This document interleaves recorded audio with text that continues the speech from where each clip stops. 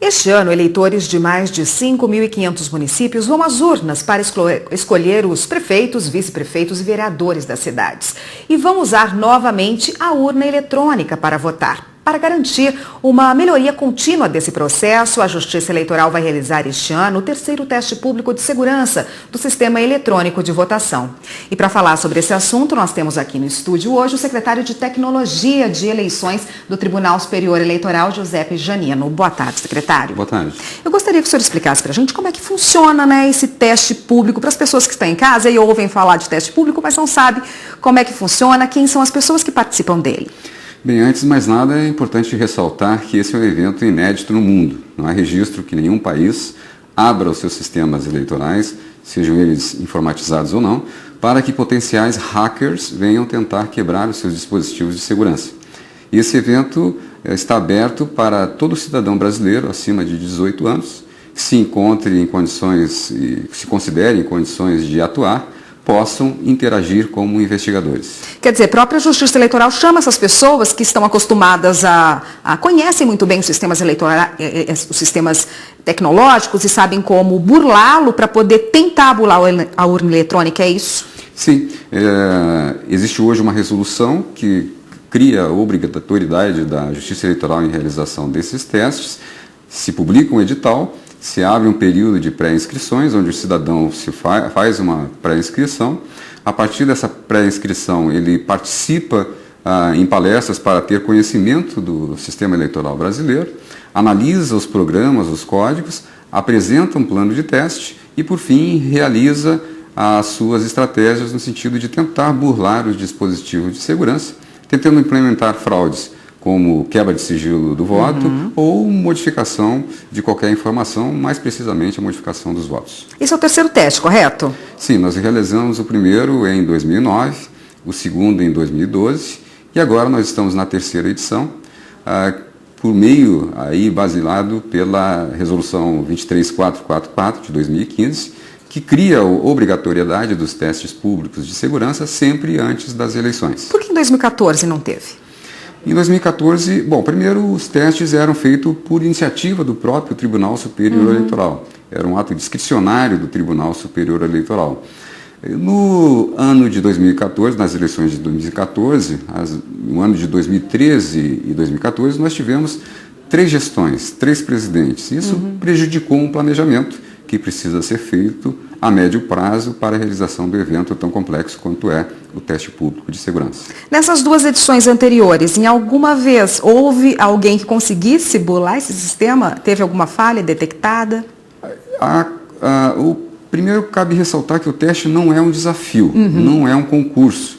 É justamente uma forma bastante democrática, no sentido em que o cidadão brasileiro pode participar da melhoria do processo à medida em que ele identifica eventuais não conformidades ou fragilidades no processo. Então, sempre nós tiramos proveito desses testes. Nós já realizamos nessas 2 edições, o sistema foi submetido a pelo menos 20 testes ou 20 planos de ataque. Desses 2 testes, pelo menos temos 2 bastante interessantes que trouxeram contribuições específicas e importantes para a melhoria do processo eleitoral. Na primeira edição, em 2009, o plano que se destacou foi o investigador colocou uma estratégia de captação das energias energias eletromagnéticas, ou frequência eletromagnética, do teclado da urna, colocando um radioreceptor, tentando decifrar quais teclas eram pressionadas no momento da votação. Então, o radioreceptor captava essas ondas eletromagnéticas e transferia ou transformava aquelas informações nos dígitos que eram teclados, tentando, com o objetivo de quebrar o sigilo. Então, baseado nessa estratégia, nós modificamos o projeto de engenharia da urna e fizemos uma blindagem no teclado, colocamos procedimentos de criptografia. Esse é um exemplo de contribuição bastante importante na melhoria da garantia do sigilo, como também na evolução tecnológica do equipamento urna eletrônica. Em 2009, nós tivemos um outro grupo que conseguiu, digamos assim, neutralizar um procedimento de aleatoriedade, onde se gravavam os votos num arquivo que esse arquivo, inclusive, veio para substituir o voto impresso. Ao invés de se imprimir o voto em papel, os votos eram guardados numa tabela, num arquivo, onde nesse arquivo tinha um procedimento de gravação aleatória. Então, o objetivo dessa equipe era quebrar o sigilo do voto no sentido de identificar o eleitor com o seu próprio voto. Eles atuaram nesse arquivo, evidentemente, foram abertos programas, foram apresentadas as lógicas de aleatoriedade e esse grupo conseguiu neutralizar essa lógica de aleatoriedade, colocando em ordem os votos que eram realizados. Então se sabia que aquele era o primeiro, aquele era o segundo e aquele era o terceiro voto. Mas não se conseguiu, no entanto, vincular o eleitor com o voto. Essa contribuição trouxe também uma importante melhoria no processo à medida que nós fortalecemos esse algoritmo de aleatoriedade. Então, todos os testes, apesar de não terem sucesso, sempre apresentam possibilidade de reforço, de aprimoramento, principalmente nos requisitos de segurança, transparência e auditabilidade do sistema. Tá ótimo. A gente ainda tem algumas dúvidas, algumas perguntas para fazer a respeito desse assunto para o senhor. Só um minutinho, por favor, que a gente vai para um intervalo. Aqui no estúdio nós voltamos a falar com o secretário de Tecnologia de Eleições do Tribunal Superior Eleitoral, Giuseppe Giannino, que hoje conversa com a gente a respeito dessa segurança e do teste público de segurança das urnas eletrônicas. Qual a contribuição, secretário, desse teste para todo o sistema de votação brasileiro?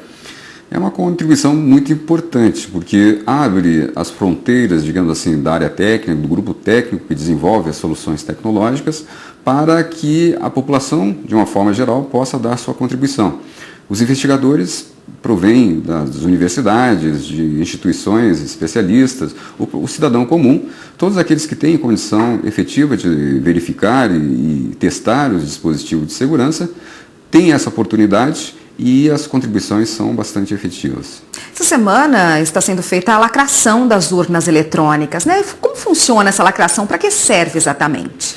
A lacração ela consiste em congelar, blindar os sistemas e isso é utilizado nas vésperas da eleição para que sejam distribuídos no âmbito dos tribunais regionais para a instalação das urnas eletrônicas. Nesse caso, a lacração serve para o congelamento do cenário, porque os sistemas estão em franco desenvolvimento até as eleições de outubro. Então, nesse momento, se faz uma lacração, se congela o cenário dos sistemas, os investigadores analisam os programas e a partir dali apresentam seus planos de ataque para testar as barreiras de segurança. Então, se faz necessário para que o cenário esteja estático nesse momento. E o resultado desse teste, ele é disponibilizado para a população? Sim, todas as operações são publicadas, tanto os planos de ataque, os resultados e também o seu resultado.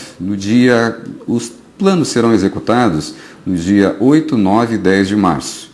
E no dia 15 de março, por meio da presidência do Tribunal Superior Eleitoral, serão divulgados os resultados. Tá ótimo, doutor. Obrigada pela participação. Eu conversei com o secretário aqui de Tecnologia de Eleições do Tribunal Superior Eleitoral, que falou com a gente a respeito da lacração e também dos sistemas de segurança da urna eletrônica.